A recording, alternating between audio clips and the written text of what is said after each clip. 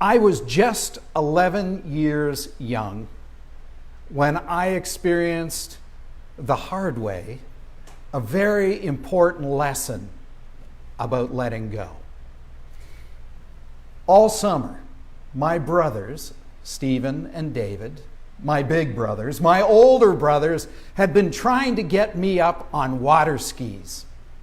And now the summer had passed. It was end of summer vacation, last day, the day that we had to put the boat up on the trailer and pack it all away and head home from the lake. My brothers said, "Mark, this is your last chance. You're going to get up on skis today. Let's do this." And I remember as we walked down to the water's edge to try to get Mark up on water skis, my brothers coached me. They'd say, "Mark, now you remember, when you get in the water, you have to keep your butt low. You have to keep your knees up close to your chest. The tips of your water skis have to be just above the water. Let the tow rope kind of run between those two skis and hang on to that tow bar. Whatever you do," they said, "don't let go." You can see where this is going. Well, I got in the water. My butt was down low. My knees were up close to my chest. The tips of my skis were out of the water. The tow line was between the tips of the two skis, and I was hanging onto that tow bar. And I waved my hand. I said, "All good to go." And they cranked down the motor on that tiny little motor boat. And I said, "Just hang on to it." And it pulled me up out of the water. And for one flashing second or two, I was water skiing. But just as quickly as I got up on that water, I was like Peter. I was sinking. I was going down in that water again. But I remembered, don't let go of the tow rope.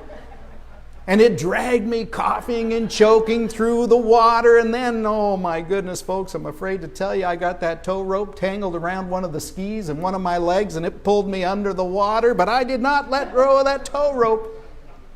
I had so much water rushing so quickly into my mouth, I was sure it was spraying out my ears. But I did not let go of that tow rope till finally it sprung loose from my hands, and I came up out of the water coughing and choking and yelling at my brothers, "Get back here, what are you doing?" And they swung the boat back around and they hauled me into the boat. I'm still sputtering away, coughing, and they said, "Why did you hang on after you fell down?" I said, "The last thing you told me is whatever I do, don't let go of the rope." I was so cut up and so scraped up and so bruised up, I showed the marks of not letting go for weeks after that experience. Folks, I want to talk to you about forgiveness today. And I think everyone here today understands that at a very basic level, forgiveness is about letting go. Forgiveness is about releasing the tow bar of anger or bitterness or a need for retribution or a need to be vindicated. "I told you so. It's your fault. You did this." It's about letting go of those things, releasing those things. Forgiveness at a very basic level is about letting go. And every self-help book author and psychologist knows this. We can walk up and down the aisle of the self-help section at the bookstore or scan through the self-help books on our Amazon or wherever we get our books, and we can see book after book about letting go and letting God, letting go and living in freedom, letting go and finding peace. At the very basic level, we get it. Forgiveness is about releasing the kind of negative power that others have had over us. Forgiveness is about letting go. In fact, Jesus himself, on the very first Easter, the day of resurrection, appeared to the disciples, the very first church, huddled together in fear in their locked room, and Jesus gave them the very first imperative of the resurrection. Do you remember what it was? It was to go into the world and forgive people their sins. It was the very first thing Jesus told us as a church to do. In fact, that day it was the only thing he told us to do. Go into the world and forgive people their sins. And then he said, if you forgive them their sins, they are forgiven. Those sins are released, and so are you. But if you retain those sins, if you're hanging on to the tow bar of anger or regret, then those sins are retained by us. We either can release them, let them go, or we hang on to them. And we allow our anger and our bitterness and our need to be vindicated, or our need for revenge or retribution to drag us under the way that tow rope dragged me under the water that day so many years ago. We can either hang on or we can let go. At a very basic level, that's what forgiveness is, isn't it? It's releasing it. No, forgiveness is not necessarily easy, is it? Forgiveness isn't condoning bad behavior. It's not saying what you did's okay with me, because it isn't. And forgiveness isn't necessarily forgetting. I don't know about you, but as a kid I remember I was always taught you got to forgive and forget. I don't know if we can forget, and I'm not sure we should forget. Some of the things we experience become great teachers to us, but we can at least let it go. We can release it. And sometimes letting go isn't just a one-time thing, is it? Sometimes we have to release that tow bar over and over again. Sometimes we think we've forgiven, and we wake up the next day and we find there's still anger in our heart, and we have to release it all over again. In fact, I like to think of forgiveness as the shampoo among spiritual disciplines. You got to rinse and repeat. Forgiveness, you got to do it once. You might need to do it 2 or 3 times until finally you've released that negative power that others or that experience has over you. In fact, the wonderful American comedian Lily Tomlin, some of you remember her as Edith Ann, and that's the truth. And some of you remember her for her very recent hit comedy on Netflix, Frankie and Grace. Lily Tomlin once joked about forgiveness. She said, forgiveness is giving up all hope on a better past. It's about letting go. But that's forgiveness at its very basic, isn't it? Forgiveness is releasing negative power, and we do that for ourselves. It's important so that we can move on. But if you dig a little deeper into the Scriptures, scratch the veneer of the self-help approach to forgiveness, dig a little deeper into our Christian tradition and our Christian theology, you'll discover that forgiveness isn't just about letting go. It's about learning to live in freedom. It's about learning how to live in the grace of God. As we forgive others, we learn just how great God's forgiveness for us has been. We can't seem to get there until we forgive others, though. It's not until we forgive others their sins, or at least ask God to help us forgive them, that we can fully appreciate and begin living in that incredible new narrative of God's grace. Start living the life abundant and start living freely in God's grace. If we're busy hanging on to the tow rope, there's no way we can enter into the freedom and grace of God's mercy, of God's forgiveness. When we forgive others, we also start to get a bit of a taste of what has been done for us by God through Jesus Christ. That's a big deal. A big debt that was paid for us by God's Son, Jesus. And as we forgive others, we start to get it. It was not an easy thing for Jesus to go to Golgotha on our behalf. It was not an easy thing for him to be tacked up to that cross and crucified so that we might be reconciled to God, that we might have peace in our lives, that we might be made new beings and live in this new kind of freedom. And as we forgive others their sins, we start to get it. The magnitude of God's mercy and forgiveness for each and every one of us. We start living in that new realm of peace and mercy.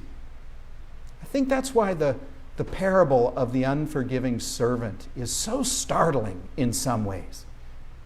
It takes place in the context of Peter's question to Jesus. Peter says to Jesus, Lord, how many times should I forgive someone in the church when they sin against me? And Peter says, 7 times? Peter proposes the number 7 times. Like 7's a big number, Jesus. How many times should we forgive each other in the church? 7 times? Like Jesus might pat him on the back and say, well done, good and faithful servant. 7 times, that's impressive.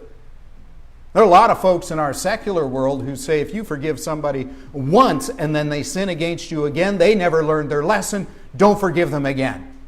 So Peter thinks he's given a big number. How many times, Lord, should I forgive in the church? 7 times? And did you hear what Jesus said? Jesus said, no, you should forgive 77 times. In another gospel, Jesus says you should forgive 70 times 7 times. As if forgiveness is something you're going to need to do and do over again and keep doing. It's not just rinse and repeat. It's rinse and repeat and repeat and repeat 77 times or 70 times 7. And then Jesus tells this parable of the unforgiving servant, which is really troubling. It's a troubling story at a lot of levels. The first level, what you've got is this servant who comes to his king. He's got a huge debt, a debt so large that it would take 30 lifetimes for him to earn enough money to pay it off. If it was a spiritual debt, it's a kind of debt that was so big it would follow him into eternity, into the next life. And the king wants an account. I need you to pay up. And the servant falls on his knees and he says, Lord, have mercy on me. Please, Lord, forgive me. I can't pay this debt. And you know what his Lord does? He forgives him. He forgives him this huge debt.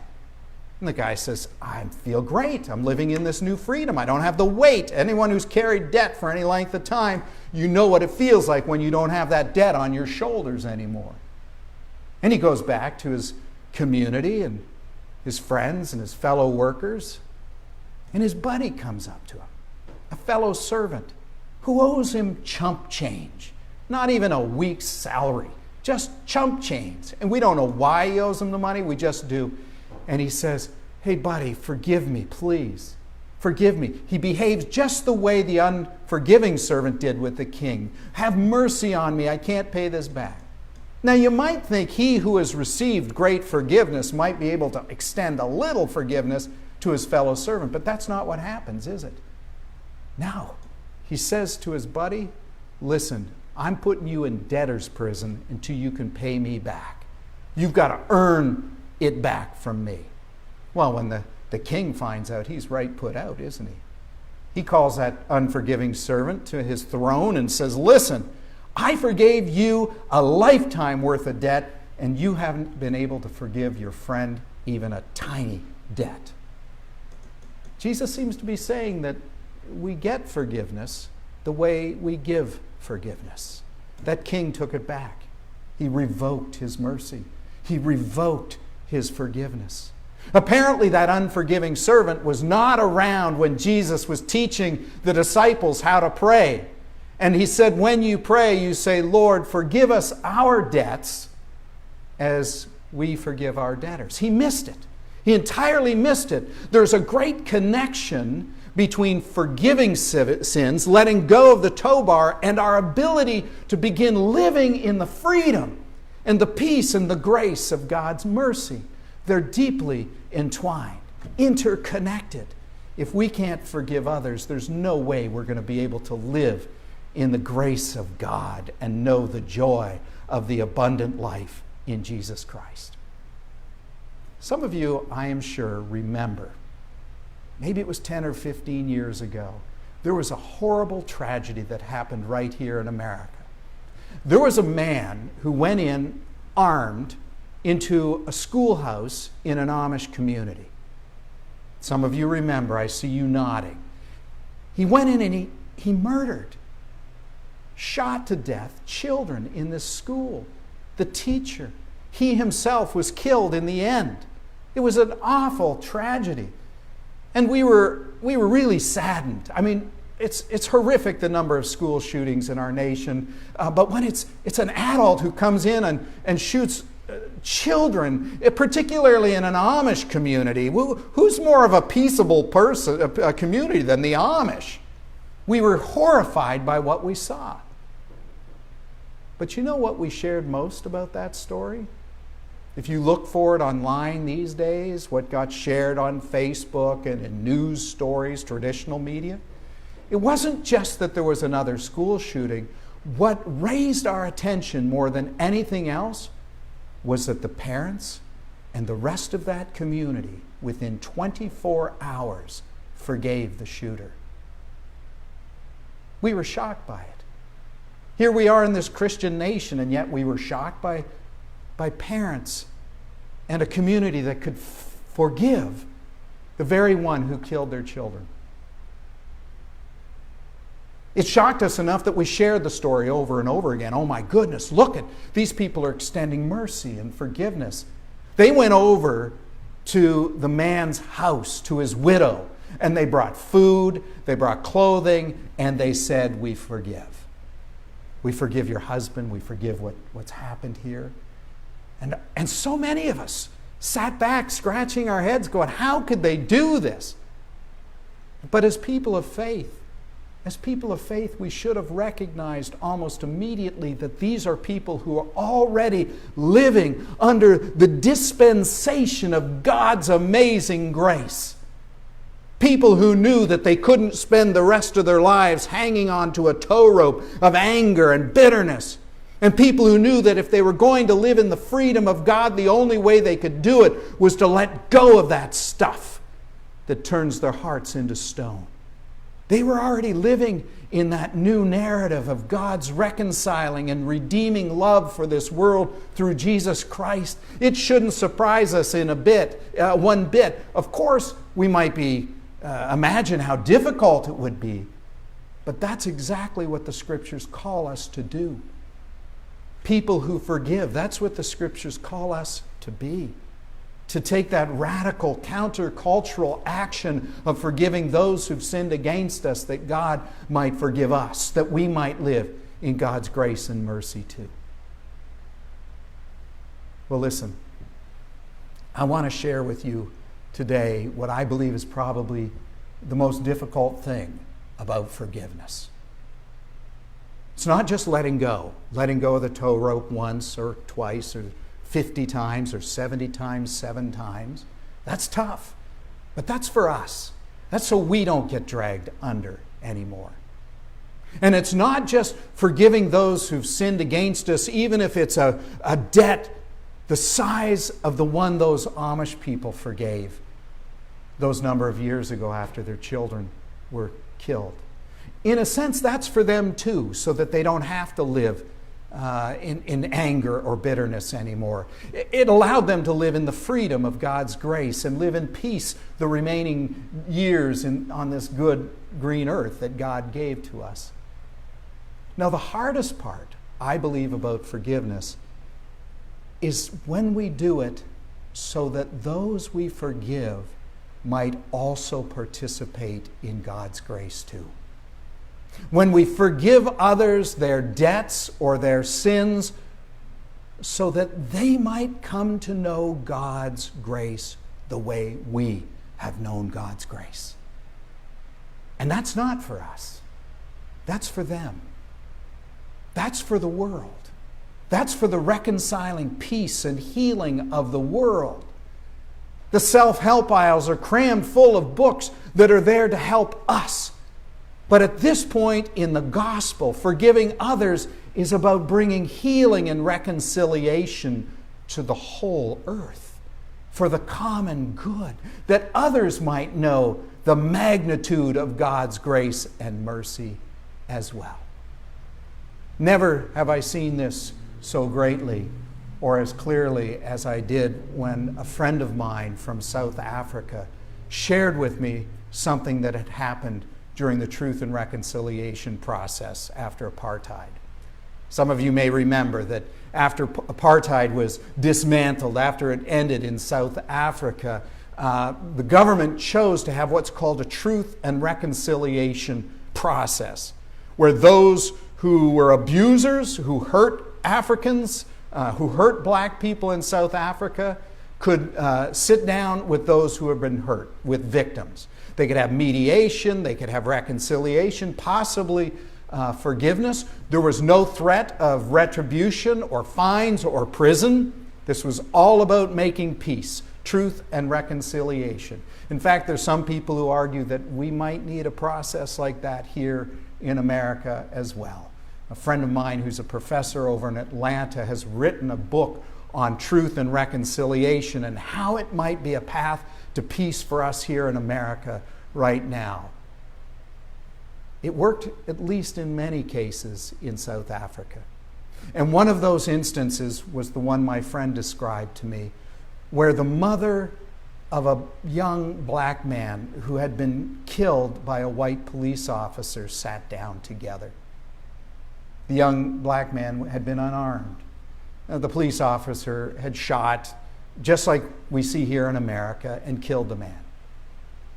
But they sat down together, the officer, the mother, and the family of the young man who had been killed. And that police officer looking into the eyes of those he had hurt, sharing his anguish, sharing his heartbreak that he'd killed another human being, apologized to that family, wept bitter tears. I'm so sorry that I've done this. I'm living with anger toward myself for the rest of my life. I'm ashamed.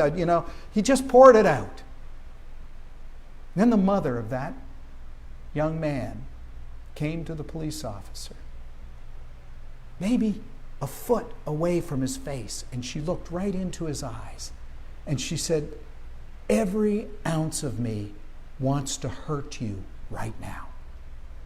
She said, "There's a part of me that wants to wrap my hands around your neck and rob you of the life you have robbed from my family." But then she put her hands on that police officer's face, on his cheeks, and she said, "But I forgive you. I forgive you." She said, "You stole my son, and today God has given me another son. You will be my son from this day forward." And that woman who forgave that officer basically adopted him. She took him into her heart and into her life, and they became family to one another, supporting one another with prayer and mercy, supporting each other with basics and how to get along in this new world where there is no more apartheid, where people are learning how to live in God's grace with one another. Sure, forgiveness is about letting go, and that's not easy. But that's for us. It's about learning what it is to embrace God's incredible mercy for each and every one of us, living in this new way where we can experience the magnitude of God's forgiveness. But in a way, that's for us too. But when we forgive those who've sinned against us in such a way that they might come to know God's grace too, that they might be restored to God, and that this world might know reconciliation and peace, that's for the world. That's for those who've sinned against us. I want you to think about it this week. Who do you need to forgive? Who's hurt you so bad you're carrying it around in your heart still? Who's hurt you so bad that you still feel like you're hanging on to that tow bar and it's dragging you under? And I want you to think about how you might hand that over to God, how you might extend forgiveness to that one. And if it's too hard, if you've been hurt so badly that you can't forgive, do what Jesus did on the cross. Ask God to do it for you. Everyone thinks Jesus forgave those who are abusing him on the cross, but go back to the text. That's not what it says. It says that in his anguish, in his grief, in his pain, Jesus prayed to his Father in heaven and said, "Lord, forgive Forgive them, for they do not know what they are doing. If you've been hurt so bad that you can't do it, then start there. Start where Jesus did and ask God to do it for you. And as you do, I want you to think about the magnitude of God's grace for you. How much God has done for you through Jesus Christ, and how much God continues to do for you in this world through God's grace and mercy. Then I want you to remember that this is the place and this is the time, and we are the people that God has called to bring reconciliation and peace to this world in the name of Jesus Christ. Our forgiveness allows others to know God too. It allows others to live in grace and peace and freedom as well. And how many times should we do that? 7 times? 77 times? 70 times 7 times? We need to keep doing it until this world knows God's amazing grace. Until this world is fully reconciled to God through Jesus Christ, and that there is peace and the abundance of life for everybody. Friends, forgiveness may be giving up all hope on a better past, as Lily Tomlin once joked. But I believe forgiveness is also about embracing all hope for a better future, for yourself, for the one who needs to be forgiven, and for this world in Jesus Christ. Praise be to God. Amen.